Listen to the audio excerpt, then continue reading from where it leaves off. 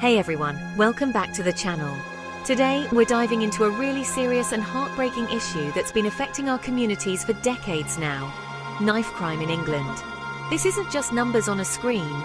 This is about real lives, real families, and a generation at risk. Let's take it back to the early 1990s.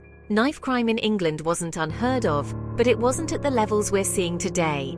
In the early 90s, the UK was experiencing around 30 to 40 knife-related homicides per year. But fast forward to the 2000s, and things started to change drastically. By the mid-2000s, knife crime had become a national crisis. In 2008, for example, over 270 people were murdered with knives in England and Wales. That was a huge spike, and it's never really dropped back to those early 90s levels. Now let's talk about where we are today. In 2023, there were over 50,000 knife-related offences recorded in England and Wales. In terms of fatalities, we saw over 240 knife-related killings in just that year. And here's the part that hits even harder: young people are the most affected. Around 37% of knife crime suspects are under 18.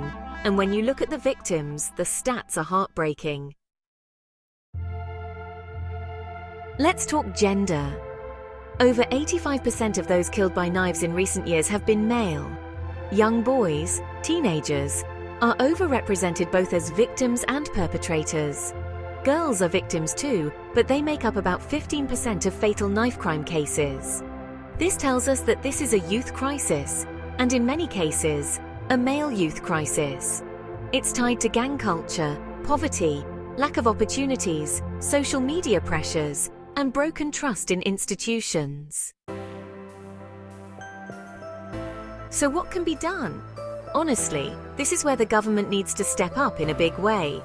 Here are a few things that could make a real difference. First, early intervention. Fund community centres, youth programs, and mentoring schemes.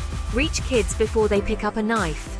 Second, more funding for schools, especially in underprivileged areas. Teachers need resources to help vulnerable students. Third, better policing, not just harsher policing. It's not just about stop and search. It's about building trust between police and communities. And fourth, tackling poverty and inequality.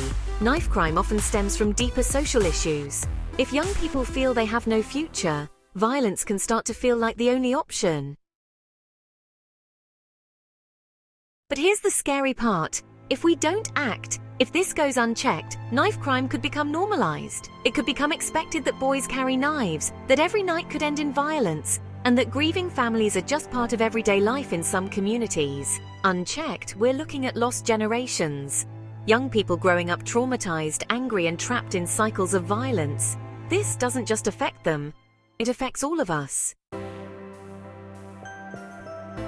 We need real change. We need to hold our leaders accountable. And we need to lift up the young people who feel like they have no choice but to turn to violence. If this topic hit home for you, drop a comment below. Let's talk about it. And if you've got a story to share, whether you've been affected or you're working to make change, let's amplify it. Don't forget to like, subscribe, and share this video if you think someone needs to hear it. Together, we can make a difference.